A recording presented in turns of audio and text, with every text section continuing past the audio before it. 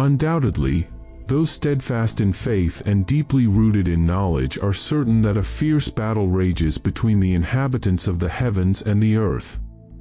Yet, the slumbering souls, who have been sedated into a deep sleep, remain oblivious to it, so much so that some have followed the path of the materialists, denying its existence merely because it cannot be seen with the naked eye.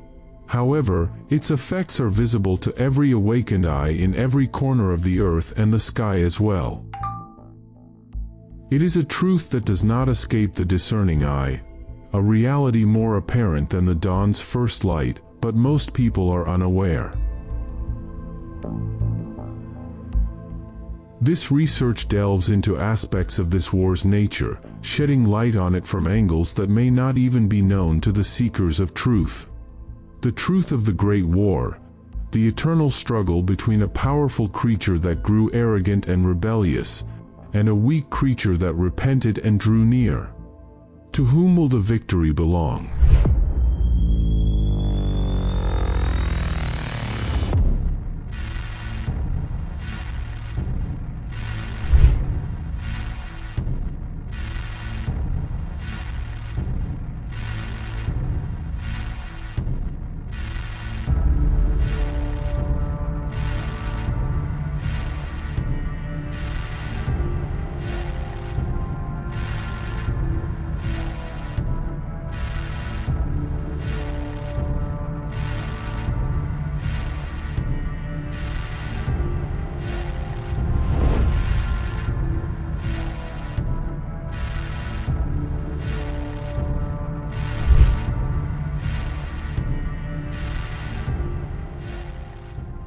According to the Bible, every person on earth is born into a war. This war is usually invisible to the naked eye. It is not reported on the evening news. Therefore, most people remain oblivious to its existence, despite the fact that it has been raging since the dawn of creation.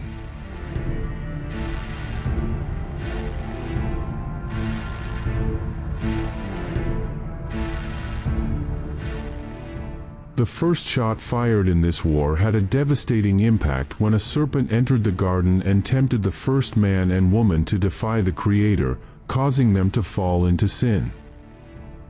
They were cast down to the earth as a penance for their transgression, bringing death into the world and making it known to humanity.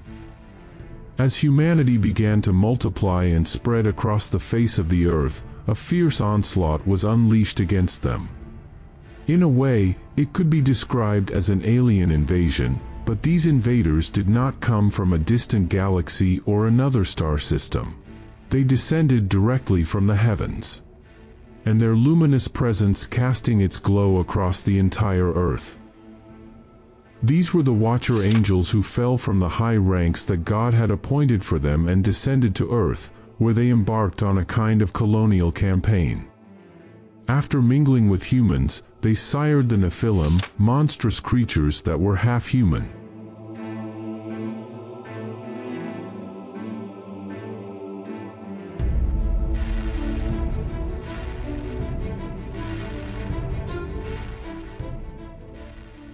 The Nephilim spread across the earth, feeding on humans and corrupting human, animal, and plant genetics using the knowledge given to them by the Creator for their original tasks in the heavens.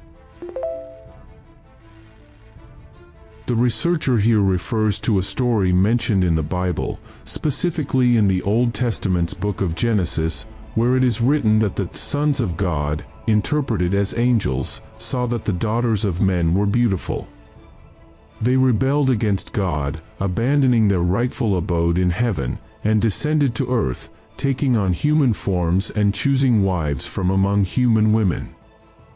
From their offspring came a hybrid race known as the Nephilim, who were different from ordinary humans, giants, fierce and tyrannical beings who filled the earth with violence and spread a spirit of brutality among people.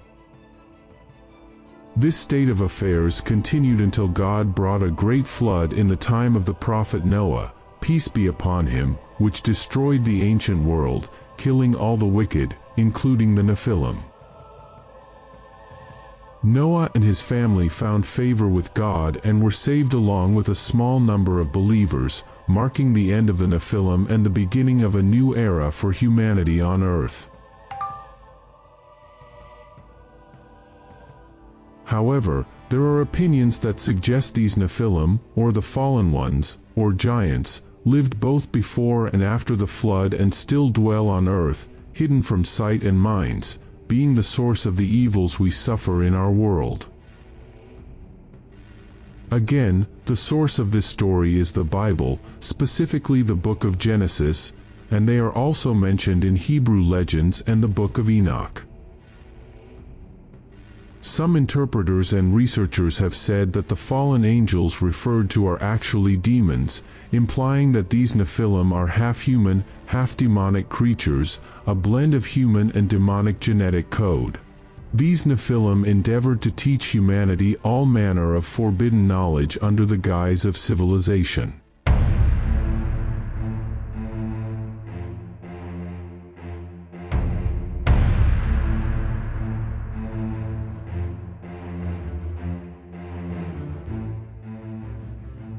They built cities and great kingdoms so that these fallen angelic beings could rule as gods.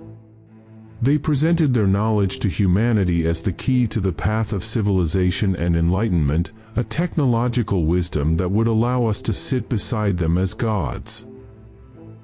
But, of course, it was all a lie. For this forbidden knowledge brought nothing but destruction, corruption, evil, and death.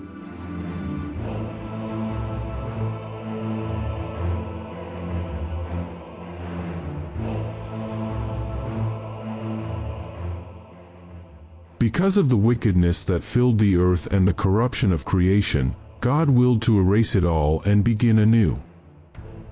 He flooded the entire earth, sparing only one family and the animals that were brought to ride the waves with them. When the waters receded, the earth had been cleansed of evil. The mighty empires of the Watchers were obliterated, their towers and fortresses buried deep beneath the oceans. The fallen angels who had rebelled and conspired against the Creator were imprisoned in the depths of the earth, bound in eternal chains in the heart of darkness until the day of judgment.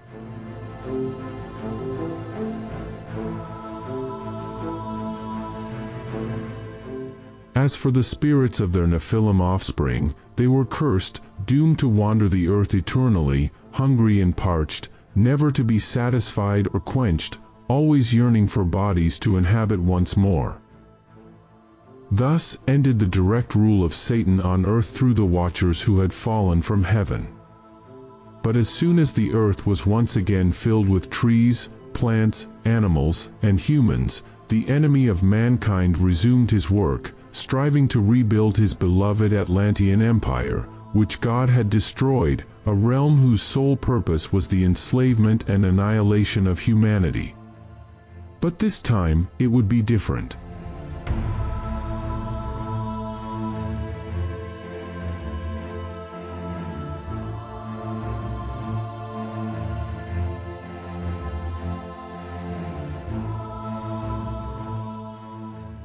Satan no longer had the power to send his followers to earth to take human wives and build cities and palaces, so that these false gods could sit on thrones and rule the earth and mankind directly. Nor could they move openly among people, revered and feared for their intelligence and towering stature. Thus, the post-flood demonic kingdoms had to be constructed around the idea of worshipping unseen gods, forced to organize their rule through various systems of interdimensional communication.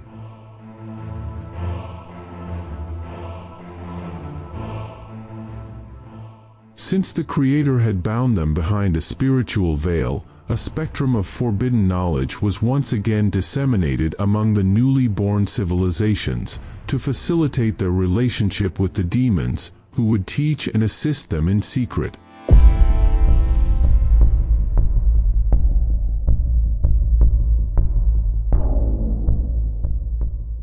Consequently, in the courts of all kings and leaders of these ancient human kingdoms, there worked a cadre of enigmatic priests, sorcerers, mediums, astrologers, and practitioners of divination.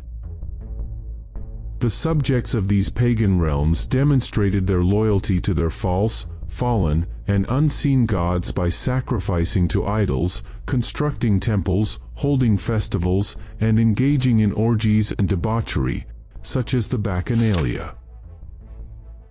Thus, the demons resumed their rebellion against the Creator after the flood, beginning with Nimrod's failed attempt to build a great tower to reach the heavens and storm the throne of God, and continuing through all the kingdoms established after the scattering at Babel.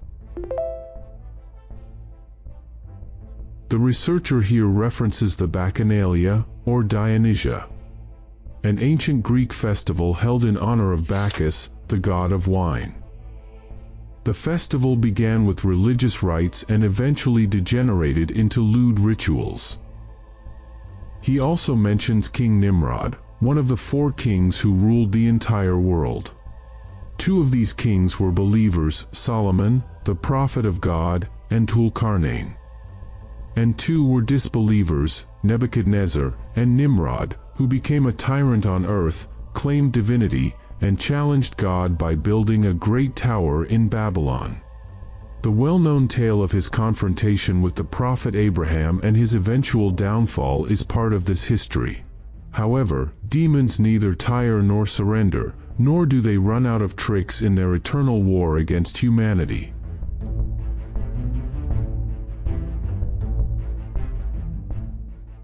After God destroyed the Tower of Babel, languages among humanity became diverse and mixed, leading to the gradual spread of paganism, astrology, sorcery, and all the demonic sciences once again throughout the world.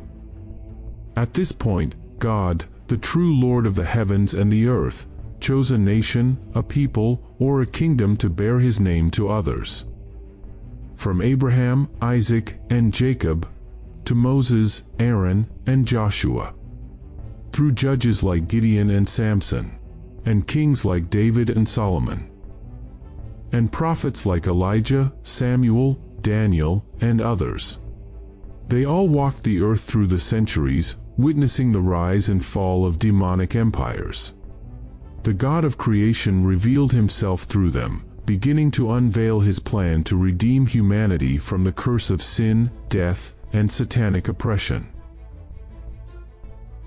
Finally, from the humble town of Nazareth, a man emerged, revealing himself as the promised Messiah, and the incarnate Word, who would single-handedly destroy the curse forever, and make it possible for men and women to be born again through the Spirit of the Creator, that would come to dwell within us as a new temple of God. It should be noted here that the researcher refers to Jesus Christ, peace be upon him, according to Christian belief.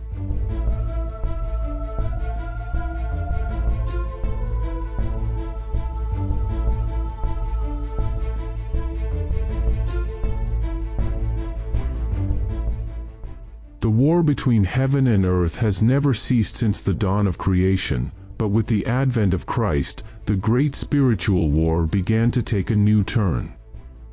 For many centuries thereafter, the truth of God began to shine upon the demonic kingdoms, liberating people from the bondage they had been held in for generations.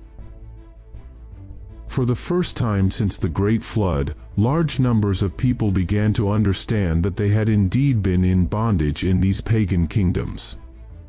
Across Europe, Africa, and Asia, the truth of Christ continued to spread, and many people were freed.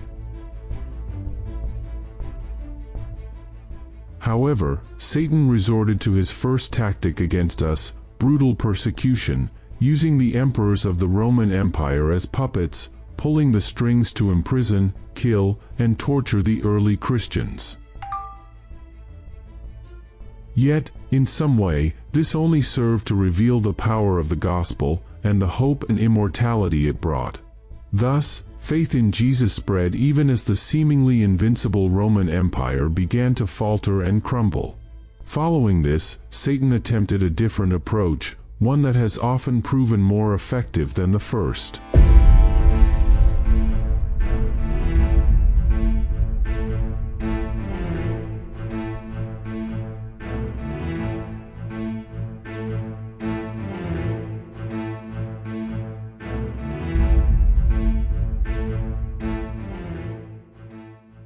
Instead of trying to crush the spread of faith in Jesus through the might of the empire, he would steal this faith.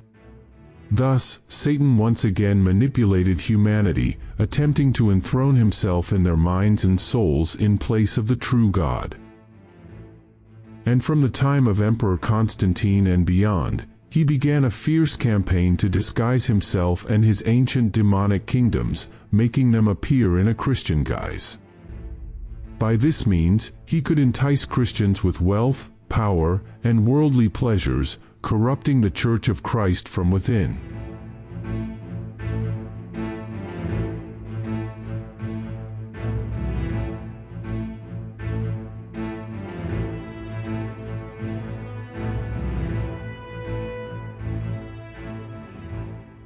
Thus, pagan temples were repurposed as Christian churches, and pagan rituals and ceremonies were revived as Christian rites. The Roman Catholic Church gradually transformed into one of the most effective weapons against the kingdom of God, all while operating in His name. This tactic undoubtedly brought Satan a considerable amount of unholy victory and joy. Through this institutional vessel, Satan was able to prevent many from reading the Holy Scriptures for themselves, returning them to the same bondage and darkness imposed by previous demonic regimes, albeit now under the name of Jesus.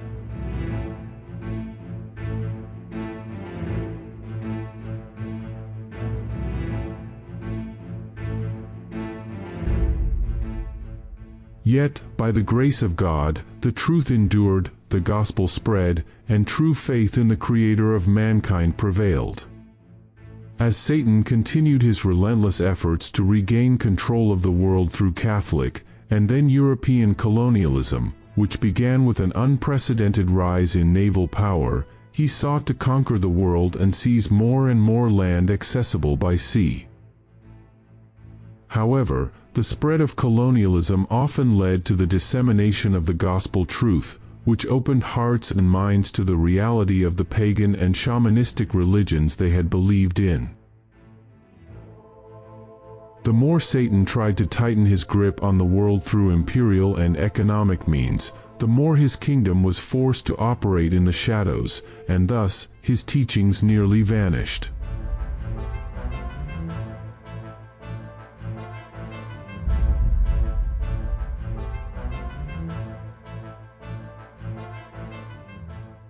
Nevertheless, a number of secret societies, esoteric mystery schools, and brotherhoods preserved the demonic knowledge and pagan rituals that dated back to Babylon.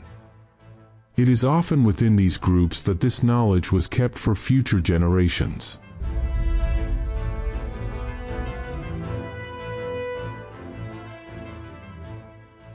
As Satan increased his control over humanity through governments, armies, and financial means, the truth of God also grew to the point that most people would not accept Lucifer as the true God, even if he controlled vast empires of wealth and power through his network of lesser demons. Since magic and satanic beliefs had become difficult for humanity to accept, Satan had to work even harder to convince people of these beliefs, if he truly sought to restore his absolute rule over the world, enslave humanity, and proclaim himself a god as he did in the first age of man before the great flood that destroyed his Nephilim offspring. Since Satan is immortal in this worldly life, he is well aware of humanity's enduring desire to dominate nature, to explore its depths, and to uncover its hidden secrets. Therefore, he resorted to a more cunning and perilous strategy, one through which he managed to mislead many people. Here, he was compelled to resort to a more insidious and dangerous strategy. Thus began a new phase of the war, in which Satan employed the tactic of mind control under the guise of pseudoscience, achieving a significant victory over humankind.